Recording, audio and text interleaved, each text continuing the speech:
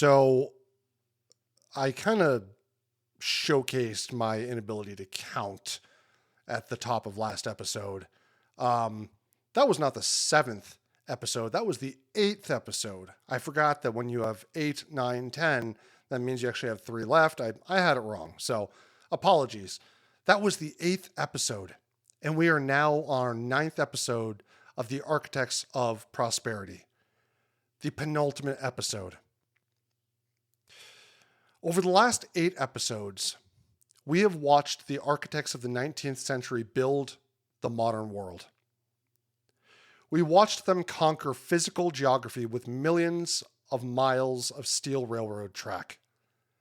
We watched them engineer the human mind with the factory model public school system. We watched them aggressively protect their infant industries behind massive tariff walls, and we watched them ruthlessly strip mine the global south to feed their industrial machines. By the late 1800s, the global system was fully operational. The engines were running at maximum capacity. The sheer volume of wealth and technological progress being generated by global capitalism was entirely unprecedented in the history of the human species. But there was a glaring, highly volatile problem. If you walked through the streets of Manchester, England, or the tenant slums of New York City, or the factory districts of Berlin in 1880, you did not see a utopian society basking in the warm glow of infinite prosperity. You saw staggering, crushing poverty. You saw 12-hour workdays in unventilated textile mills. You saw 8-year-old children missing fingers from clearing jams in mechanized looms. You saw a new urban working class that was being physically and psychologically ground into dust by the very machines they were operating. The grand theories of Adam Smith and the aggressive national systems of Alexander Hamilton had built incredible engines of production, but they had utterly, spectacularly failed to solve the equation of distribution. The internal contradictions of the 19th century economic model were tearing society apart at the seams. And so today, we are looking at the intellectual reckoning. As the century drew to a close, 3 brilliant, very different thinkers looked at the cracking foundations of global capitalism and delivered 3 devastating critiques. A radical philosopher, an aristocratic conservative chancellor, and an economic heretic. The answers they came up with didn't just diagnose the diseases of the 19th century. They wrote the absolute fundamental DNA for the entire 20th century. I'm Devin Hillsdon-Smith, your host, and you're listening to Site Selectors Are People Too.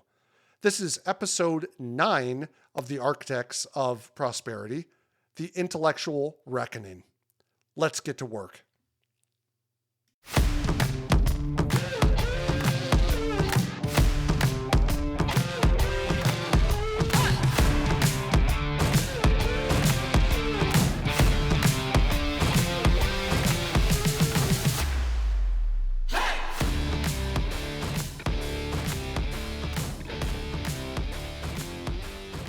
Welcome back. Before we dive into the grand political economic debates that shape the modern world, a quick word from today's sponsor, Hyphen Strategies. In economic development, we spend a massive amount of time talking about capital investment, infrastructure, and real estate. But capital and buildings are completely useless without a stable, healthy, and engaged workforce. If your region is struggling with labor retention, massive wealth disparities, or a misaligned talent pipeline, you are sitting on an economic fault line. Hyphen Strategies helps communities and corporate leaders look past the surface level demographic data to build deeply integrated, highly resilient workforce ecosystems. Stop treating labor as a disposable input and start treating it as your ultimate competitive advantage. Visit www.hyphenstrategiesllc.com to learn more. And don't forget, if you'd like to be a sponsor on Site Selectors for People Too, starting in maybe, hopefully, season 4, please reach out. It's not expensive, and it's a creative way to get more people listening to the value that you have to provide. All right, let's step into the intellectual battlefield.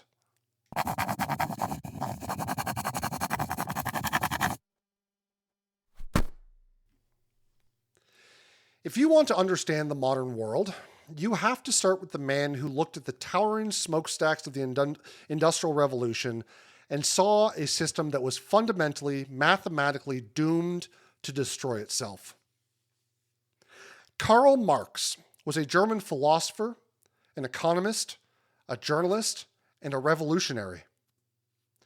Today, his name carries immense, highly polarized political baggage.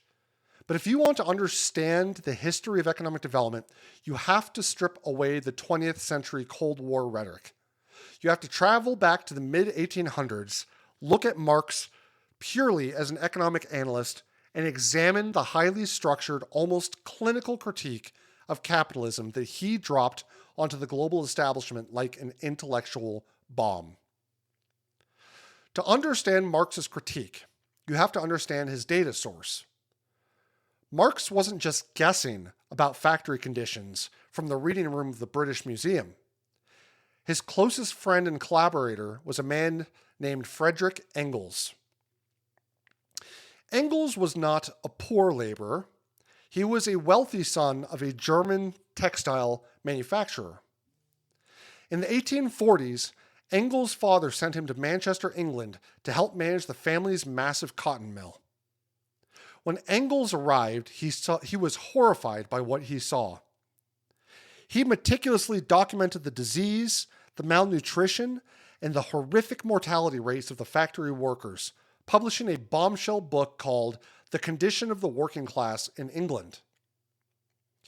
Engels provided Marx with the raw, unfiltered data of industrial capitalism. And armed with that data, Marx developed a grand theory of history. Marx looked back through the centuries and argued that all human history is defined by a profound, inescapable struggle between classes over resources. In the medieval era, that struggle was between the aristocratic lords who owned the land and the peasant serfs who worked it. But the Industrial Revolution had completely wiped the board clean. It had destroyed the old feudal system and created two entirely new combatants, the bourgeoisie and the proletariat. The bourgeoisie was the new capitalist class. They were the owners. They owned the factories, the steam engines, the railroad tracks, the patents, and the raw materials. In Marxist terms, they owned the means of production. The proletariat was the new, massive industrial working class. They were the farmers who had been pushed off their land and forced into the cities. They owned absolutely nothing but their own physical bodies, their muscle, and their time. To survive, to keep from starving in the street, they had no choice but to sell their time and their bodies to the bourgeoisie. To explain exactly why this relationship was inherently toxic and fundamentally unstable, Marx adopted a concept from classical economics called the labor theory of value. Marx asked a very basic, very dangerous economic question. Where does profit actually come from? Let's trace the math in the 19th century textile mill. Imagine a factory owner buys raw cotton for $2. He pays for the wear and tear on the mechanized loom, which costs $1. A worker then stands at that loom for 12 hours, spinning and weaving that cotton into a finished shirt. The factory owner then takes that shirt and sells it on the market for $10.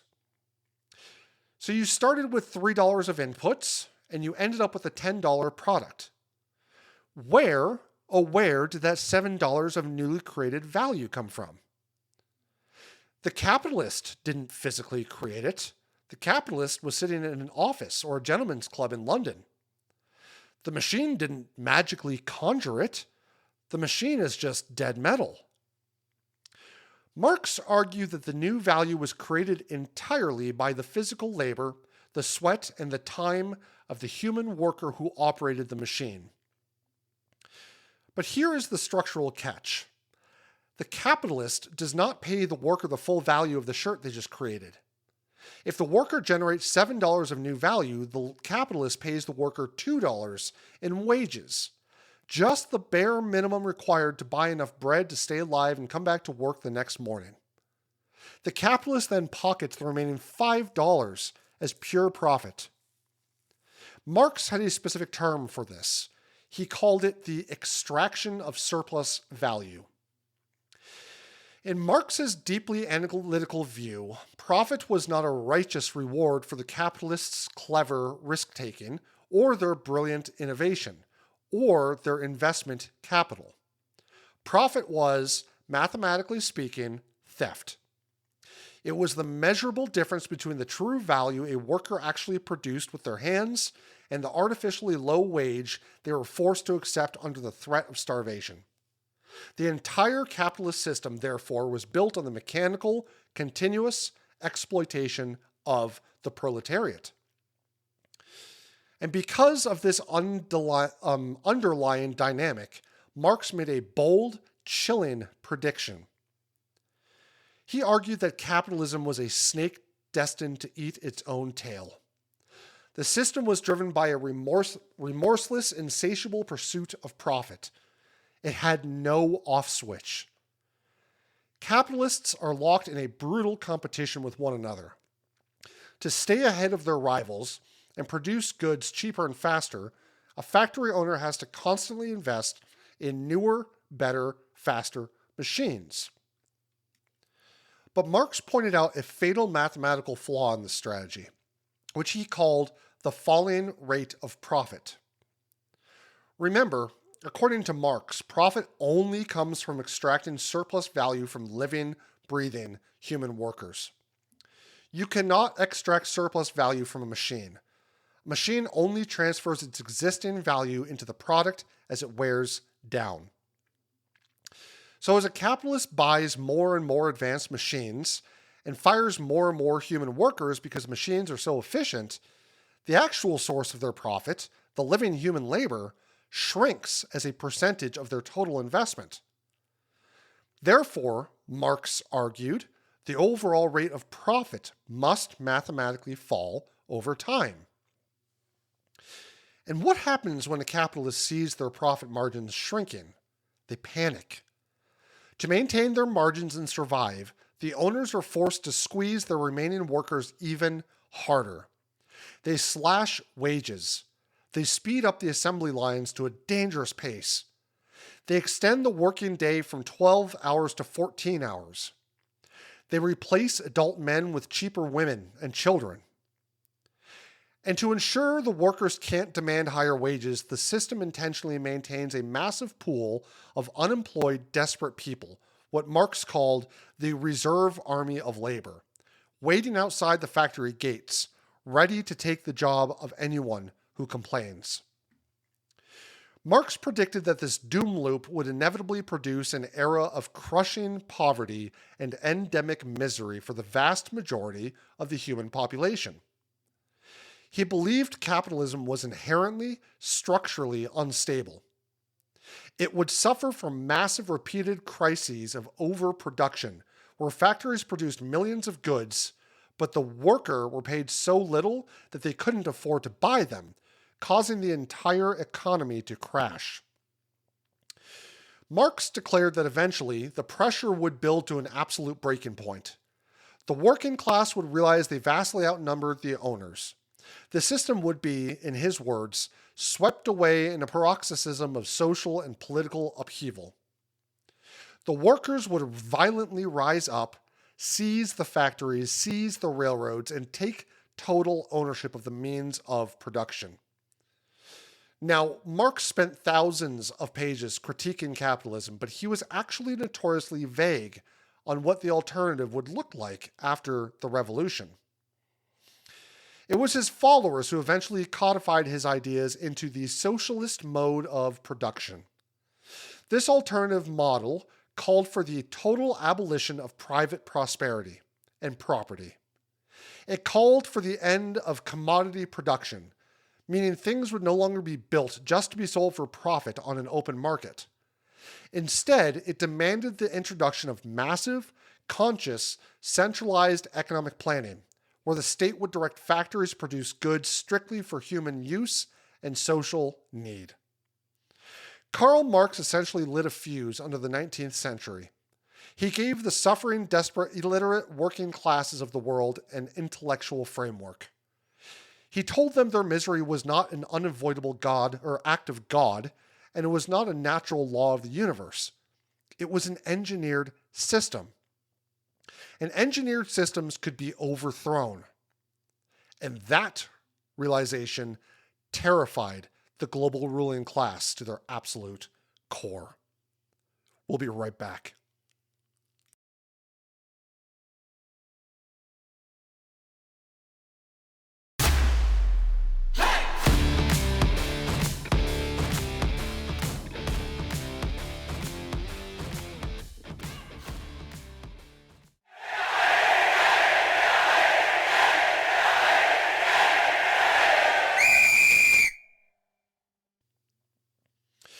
While Karl Marx was sitting in the reading room, they all seem to be sitting in reading rooms, right? In the reading room of the British Museum writing Das Kapital, a man in Berlin was facing the very real, highly practical, and incredibly dangerous political fallout of Marx's ideas. That man was Otto von Bismarck, the Iron Chancellor of the German Empire. We talked about Bismarck in episode 6. He was not a liberal. He was not a progressive reformer. He was a fiercely aristocratic, deeply conservative Prussian nationalist. He was the geopolitical genius who used a customs union, the Zollverein, and a series of calculated wars to unite the fractured German states into a single, terrifyingly powerful industrial empire. But by the late 1870s, von Bismarck had a massive internal crisis on his hands. Germany was industrializing faster and more aggressively than anyone else on Earth. The sheer speed of his economic pivot was a social earthquake. Millions of German peasants were abandoning the farms and pouring into the cities to work in the massive new chemical plants, coal mines, and the gigantic Krupp steel factories of the Ruhr Valley. And these workers were suffering. The working conditions were brutal, the housing was overcrowded and disease-ridden, and the physical danger was absolute. If a worker lost an arm in a rolling mill or developed black lung in a coal mine, they were simply fired. There was no safety net. They were thrown into the street to starve. In this environment of desperate poverty, Marx's revolutionary ideas spread like absolute wildfire through the German industrial slums. The workers organized. They formed the Social Democratic Party of Germany, or the SPD. This was not a polite, moderate political action committee. This was a fiercely socialist organization that actively read Karl Marx, and they were explicitly demanding massive economic redistribution, the end of the monarchy, and the total overhaul of the capitalist system. And terrifyingly for Bismarck, they were winning. They were rapidly gaining votes and claiming seats in the German parliament, the Reichstag.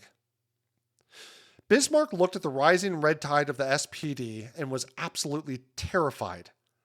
He had just spent his entire life building the unified German Empire, and he believed the socialist revolution would tear his beloved nation apart from the inside. He had watched the Paris Commune of 1871, where French workers had briefly seized control of Paris and executed aristocrats. He was determined to never let that happen in Berlin. So his first instinct was to reach for the classic heavy-handed tool of the authoritarian state, the police baton. In 1878, following 2 failed assassination attempts on the German emperor, Bismarck seized the opportunity and passed the anti-socialist laws. He brought the hammer down. He made it completely illegal for socialist groups to assemble. He shut down all their newspapers. He banned trade unions. He gave the police the power to conduct warrantless searches and arrest socialist leaders, throwing hundreds of them into prison or forcing them into exile. Bismarck thought he could simply crush the movement by outlawing it. But it didn't work. In fact, it backfired spectacularly. Driving the socialists underground only made them more organized and more popular. They smuggled newspapers in from Switzerland. They held secret meetings. And in the subsequent elections, despite being legally banned from campaigning, the SPD's vote share in the Reichstag continued to climb. The Iron Chancellor realized a hard, inescapable truth of political economy. Police batons and government censorship cannot stop a political movement that is fueled on a genuine structural poverty. You cannot arrest the mathematical reality of starvation. So Bismarck devised one of the most brilliant, cynical, and masterful political pivots in human history. He realized that if he wanted to destroy the Socialist Party, he had to separate the radical intellectuals from the working class masses. And the only way to do that was to steal the socialists' best ideas. He had to beat them at their own game.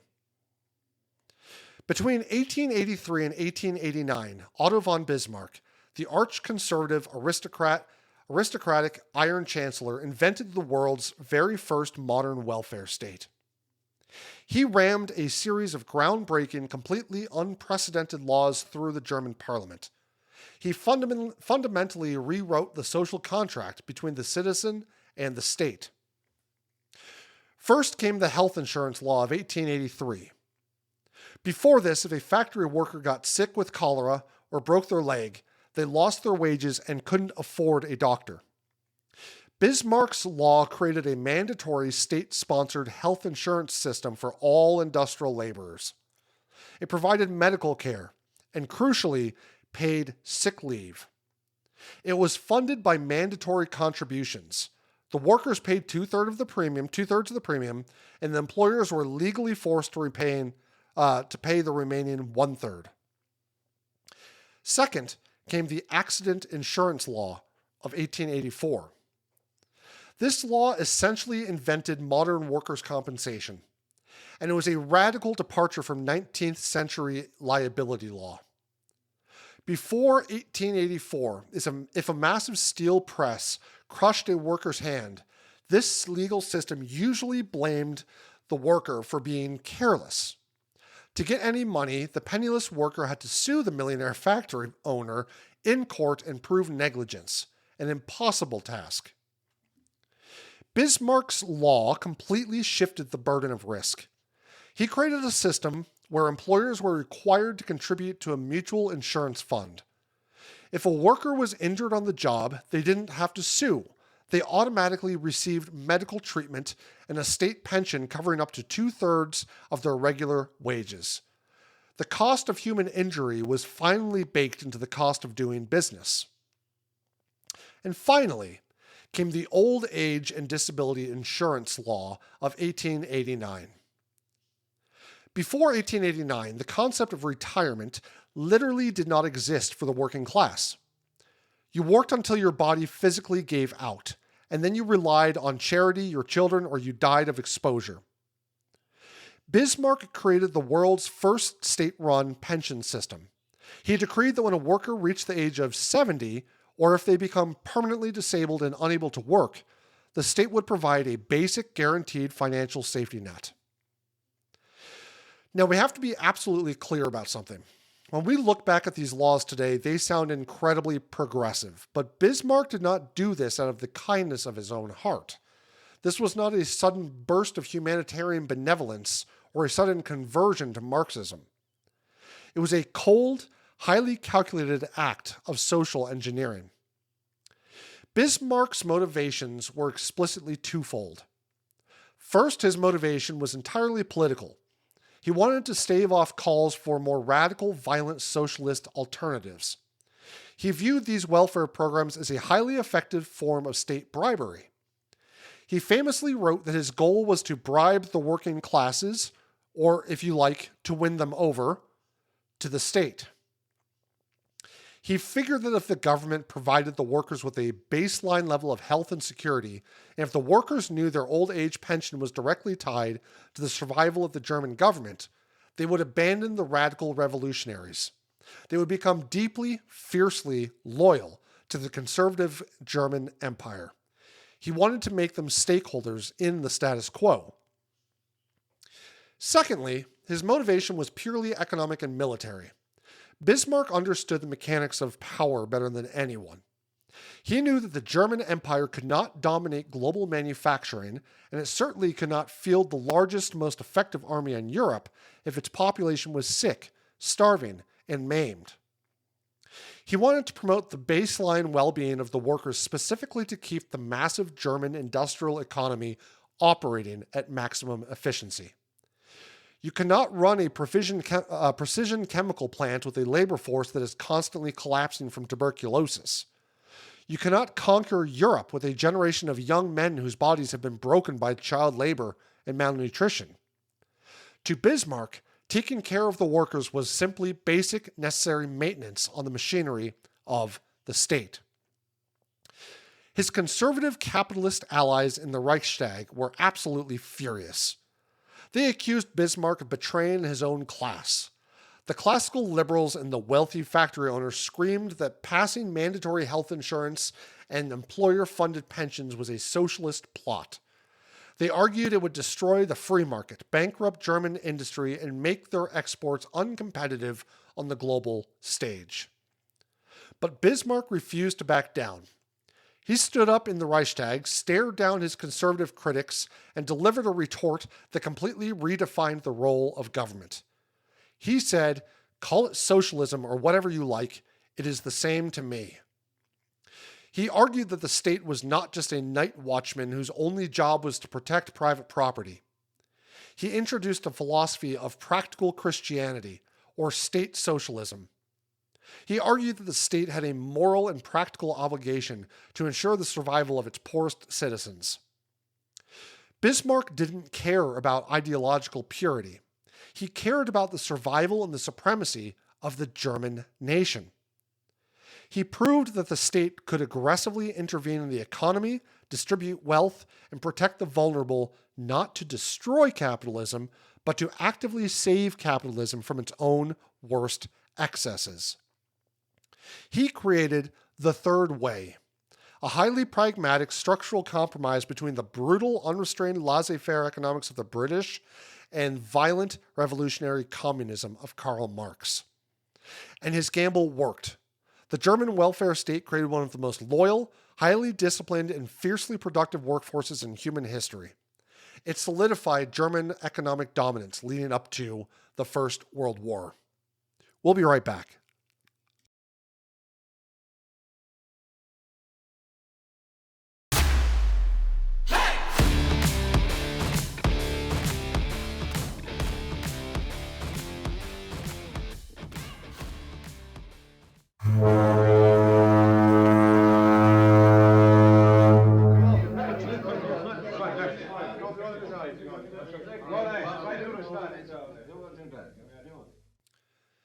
So, Karl Marx explained the structural rage of the working class. Otto von Bismarck provided a highly pragmatic political pressure release valve. But as the 19th century came to a close, there was one final massive contradiction of global capitalism that remained completely unresolved: imperialism. Why were these incredibly wealthy, industrialized, civilized nations aggressively sailing across the oceans, conquering foreign lands, violently subduing local populations, and planting their flags all over the maps of Africa and Asia? The traditional mainstream narrative fed to the public in London, Paris, and Berlin was that this was noble pursuit. It was driven by national pride, military glory, and a paternalistic desire to civilize the globe and bring Christianity and commerce to the dark corners of the earth. But in 1902, a British journalist and thinker named John A. Hobson published a book called Imperialism, a Study. Hobson was considered an absolute economic heretic by the establishment. He had just spent time covering the brutally violent Boer War in South Africa as a journalist. And when he looked at the British Empire, he didn't see a civilizing mission. He saw a massive, violent corporate bailout.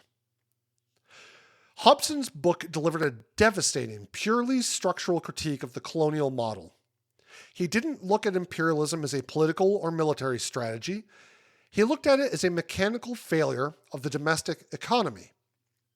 He argued that the root cause of global imperialism was a fundamental flaw hiding deep inside the math of capitalism: massive, severe, and mathematically unsustainable income inequality. Hobson identified an economic mechanism that he called oversaving and underconsumption. To understand how this works, we have to look at the math of a 19th century industrial economy. Let's imagine a massive British shoe factory. Because of the Industrial Revolution, this factory is incredibly efficient. It pumps out 10,000 pairs of shoes a week. But because the factory owner is trying to maximize profit, he pays his workers absolute starvation wages. This creates an immediate structural crisis of underconsumption. The workers who spend 12 hours a day making the shoes are paid so little that they literally have to walk home barefoot. They cannot afford to buy the products they are manufacturing. So the vast majority of the domestic population, the poorer classes, had zero purchasing power. Meanwhile, at the exact same time, the factory owners, the railroad monopolists, and the London financiers, the richer classes, are accumulating wealth at an astonishing, unprecedented rate. But there is a physical limit to human consumption. A millionaire factory owner can buy a massive country estate, he can buy a yacht, he can buy fine French wine, but he can't personally wear 10,000 pairs of shoes a week. So because the rich cannot physically spend all the money they are making, a vast, stagnant pool of excess capital begins to accumulate in the banks of London. Hobson called this oversaving. Now we have a fatal paradox.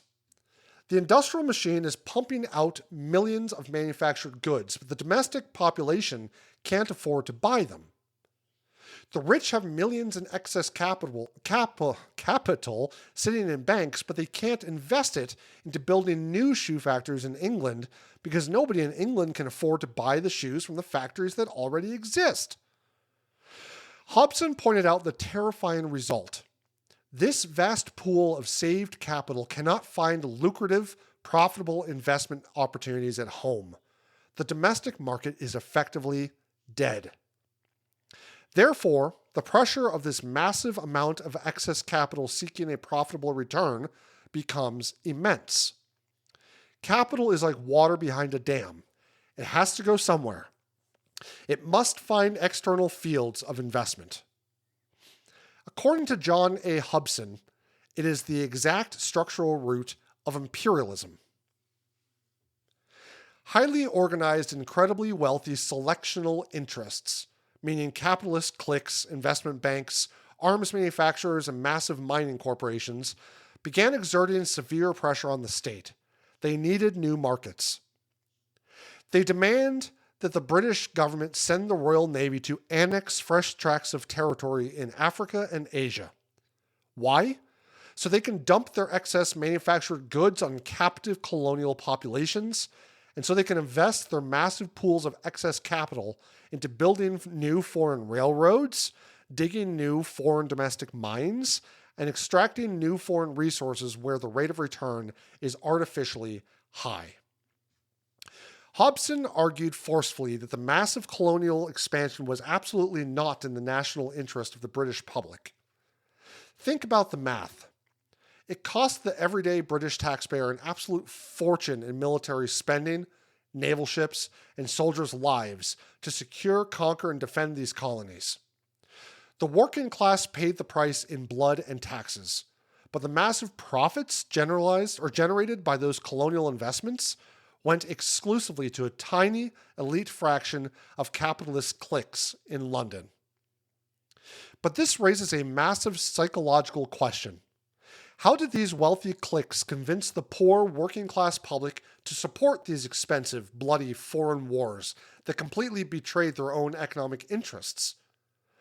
Hobson identified the final, most insidious piece of the puzzle: propaganda. He pointed out that these elite financial cliques exerted massive subtle influence over the media. They controlled the financial press and bought out the advertising columns. They used their total control of the national narrative to intentionally work the public into a frenzy of aggressive patriotism and nationalism. They invented a toxic, hyper-aggressive form of patriotism called jingoism. They wrapped their private corporate balance sheets in the British flag. They tricked the average citizen into believing that conquering a foreign desert was a matter of immense national survival and glorious destiny. In reality, they were sending poor working class boys from Manchester to die in the jungles and the veldts of Africa solely to secure a higher quarterly return for an investment bank in London. Sound familiar? Hobson stripped away the romance, the poetry, and the glory of the British Empire. He exposed a global imperialism for what it really was: a desperate, incredibly violent bailout for a domestic economic system that was choking on its own inequality. Which brings us to the segment of the show where we pull these grand historical reckonings out of a textbook and drop them directly onto the negotiation table of your next corporate site visit. It's time for the nerd section. So for those of you that will be departing us now, thank you as always to listening to this episode. I hope you enjoyed these 3 stories of how the world really pivoted coming into the 20th century. And for those of you nerds who are going to stick around, well, stick with us. We'll be right back.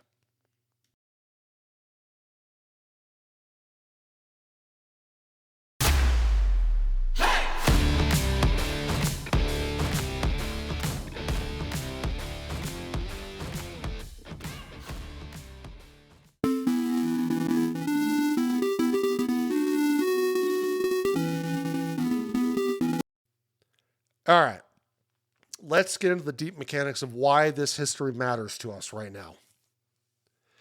If you are an economic development professional, a city manager, or a corporate site selector, you might think that Marx, Bismarck, and Hobson belong in a dusty university sociology class. But I promise you, their intellectual reckonings are actively governing the exact spreadsheets and the exact community dynamics you are dealing with today. Let's start with Bismarck's massive realization. When you sit down with a Fortune 500 company to negotiate a massive relocation deal, maybe it's an advanced battery plant or an aerospace manufacturing facility, what is the single biggest topic of conversation? It's not the physical real estate. It's not the local property taxes. It's the workforce. Modern corporations understand exactly what Otto von Bismarck understood in 1883. You cannot operate a highly advanced, maximum efficiency economic engine if your workforce is completely unstable, chronically ill, and financially desperate. Bismarck's invention of the welfare state, health insurance, injury protection, and retirement security is the exact foundational blueprint for the modern corporate benefit packages and the modern community safety net. Benefits package. It's the exact foundational blueprint for the modern corporate benefits package and the modern community safety net. There we go. No edits. Pure, just going for it. When you build an economic development strategy today, you are essentially trying to answer Bismarck's question. How do we construct a structural system that retains talent, reduces turnover, and ensures the workforce remains deeply integrated and productive within our specific regional economy? If your region lacks affordable healthcare access, if you have a massive childcare crisis where parents can't afford to go to work, or if your public transit system is broken, you are presenting a site selector with a massive operational risk. You are showing them a brittle, failing system. They will not invest capital where the human infrastructure is collapsing.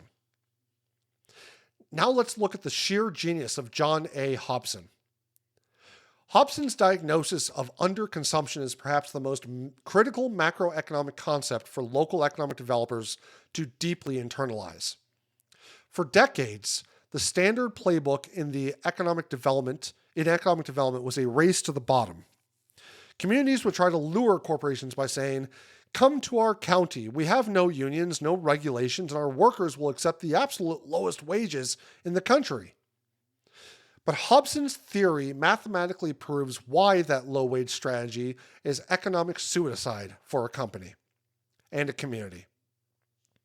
If you build a local economy entirely around minimum wage distribution centers, low-skill assembly plants, and extractive corporate enclaves, you are intentionally engineering a system of forced underconsumption. Your local citizens will have absolutely no disposable income. And if they have no disposable income, they cannot support local small businesses. They can't go to the local restaurants. They can't buy homes, which means your property tax base stagnates. They can't pay the local sales taxes required to fund your schools and pave your roads. The velocity of money in your community will grind to a dead, crushing halt. The corporate facility will generate millions of dollars, but that capital will immediately leave your county and flow to the modern metropole, to Wall Street or Silicon Valley or a shareholder board in Europe.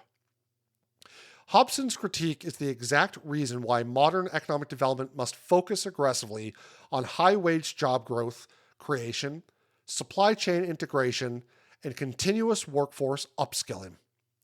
If you want a resilient, thriving local economy, the people pulling the levers in the factory must possess the purchasing power to actually participate in the broader market. You have to solve the equation of equitable distribution, not just maximum production.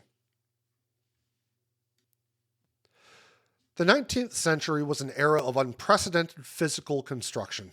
They built the factories, they laid the tracks, and they drew the borders of the modern global economy. But it was these three intellectual reckonings at the end of the century that actually provided the software. They assembled the intellectual toolkit that would define the next 100 years of human history. Karl Marx provided the intellectual framework, the vocabulary of class struggle that would eventually inspire the communist model, tearing the world in half during the Cold War. Otto von Bismarck, in a brilliantly cynical act of political survival, invented the third way, the social market economy and the welfare state. It is the exact philosophical model that still governs post-war Europe today. It is the reason why modern leaders, even conservative German chancellors today, continue a long lineage of pragmatic statescraft, still fiercely protecting the structural safety net of the industrial workforce. And John A. Hobson provided the exact economic diagnosis of underconsumption that a young economist named John Maynard Keynes would eventually read, adapt, and use to completely rewrite macroeconomic policy, effectively saving capitalism from itself during the darkest days of the Great Depression. The early evolution of the economic development ends here, right at the dawn of the 1900s. The board is fully set. The ideologies are locked in. I'm Devin Hillsdon-Smith. Thank you for listening to the Architects of Prosperity here on Site Selectors Are People Too. Next time, on our last episode, join us as we cross over into the 20th century. We are going to watch these highly refined, heavily armed, and deeply ideologically opposed national systems stop debating in textbooks and start colliding on the global battlefield. And remember, whether you are trying to maximize surplus value or trying to solve regional underconsumption, site selectors are people too. See ya. Just a heads up, views expressed in this podcast are solely my own and are not attributable to any employers, whether past or present. Thank you.